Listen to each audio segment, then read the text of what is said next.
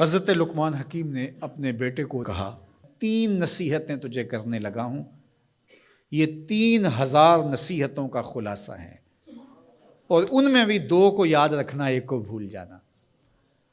تو بیٹا ہمہ تنگوش ہو گیا، تو حضرت لقمان بولے جو نیکی کی ہے اس کو بھول جانا، جو نیکی کی ہے اس کو بھول جانا، اور موت کو اور اپنے رب کو یاد رکھنا۔ یہ میری ساری نصیحتوں کا خلاصہ ہے۔ جو نیکی کی ہے وہ بھول جانا، چاہے وہ کسی شخص کے ساتھ کی ہے، چاہے وہ نیکی عبادت کی صورت میں ہے، چاہے وہ ریاضت کی شکل میں ہے، خدمت انسانی ہے، کسی رشتہ دار کے ساتھ نیکی کی ہے، تو کہا بھول جانا جس طرح کی ہوئی نہیں ہے۔ حضرت معاذ بن جبل رضی اللہ تعالیٰ عنہ حضور کے روضہ انور کے سامنے بیٹھ کے رو رہے تھے۔ حضرت عمر گزرے تو پوچھا اے معاذ کیوں رو رہے ہو؟ کہا صاحب مزار کا ایک فرمان یاد آیا جس نے رلا دیا۔ کہا وہ کیا فرمان ہے؟ کہا ایک دن حضور نے کہا تھا ادنا سی ریا بھی شرک ہے، تھوڑی سی ریاکاری بھی شرک ہے۔ اللہ صرف اس عمل کو قبول کرتا ہے جو محض اس کے لیے کیا جائے۔ تو نیکی خالص اللہ کے لیے کریں گے تو قابل قبول ہے۔ اللہ تعالیٰ غیرت والا ہے، وہ کسی اور کو اپنے ساتھ شریک ہونا پسند نہیں کرتا۔ تو جب بھی نیکی کرو، یہ ثلث دین ہے، انما الاعمال بالنیات۔ اس حدیث کو علماء نے کہا ہے 3 حصہ دین کا اس میں ہے کہ اعمال کا دار و مدار نیتوں پہ ہے۔ نیت کا خالص ہونا شرط ہے، ورنہ محنت بھی کی، سجدے بھی کیے، خیراتیں بھی کی، سب کچھ کیا، لیکن نامہ اعمال میں 0 کو ہوگا۔ کیتی کتری پئی کھو محمد تے سکہ بنیا زردہ۔ تو ریا سے بچنے کی تلقین کی گئی۔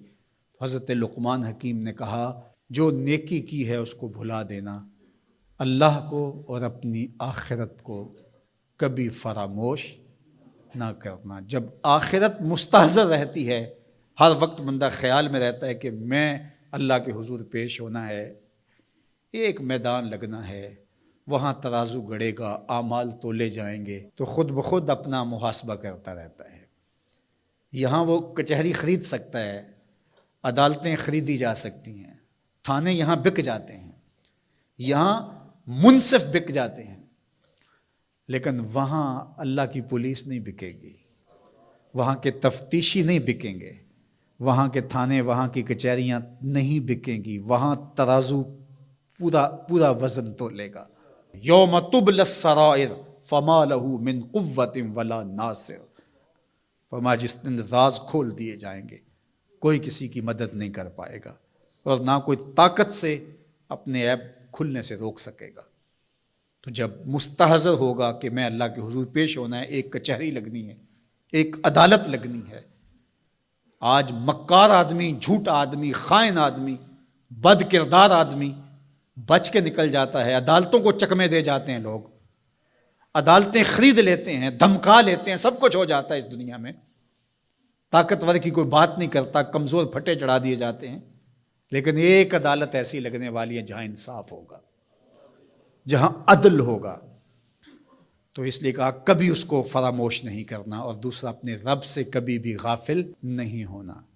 اپنے رب سے جو غافل ہو جاتا ہے وہ زندگی کے مقصد کو کھو بیٹھتا ہے۔ اور اسی کو رومی کہتے ہیں دنیا ہے یہ چیز، دنیا از خدا غافل بدن۔ دنیا کیا ہے؟ کہا سونے چاندی ہیرے جواہرات کا نام دنیا نہیں ہے، خدا سے غافل ہو جانے کا نام دنیا ہے۔ تو اس لیے اللہ کے ذکر سے، اس کی یاد سے، اس سے کبھی بھی غافل نہیں ہونا چاہیے۔ اور اگر کوئی اس سے غافل ہو گیا تو سن لو وَلَا تَكُونُوا كَالَّذِينَ نَسُوا اللَّهَ فَأَنسَاهُمْ أَنفُسَهُمْ اولئک هم الفاسقون۔ کہا ان لوگوں کی طرح نہ ہو جانا جو خدا سے غافل ہو گئے۔ تو جب وہ خدا سے غافل ہو گئے، اللہ نے انہیں ان کی ذاتوں سے بے خبر کر دیا۔ کسی نے کہا اقبال سے کہ تو نے خود ہی کا سبق کہاں سے لیا تھا؟ کہا قرآن کی اس آیت سے لیا تھا۔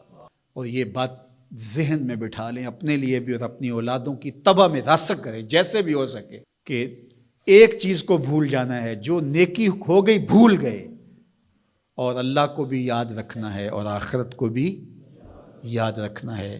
یہ چیز یاد رہ گئی تو سمجھ جاؤ خیر ہے، اور اگر یہ 2 چیزیں بھول گئیں اور جو بھولنے کی چیز ہے وہ یاد رہی تو سمجھو ہم نے اپنا سب کچھ لٹا دیا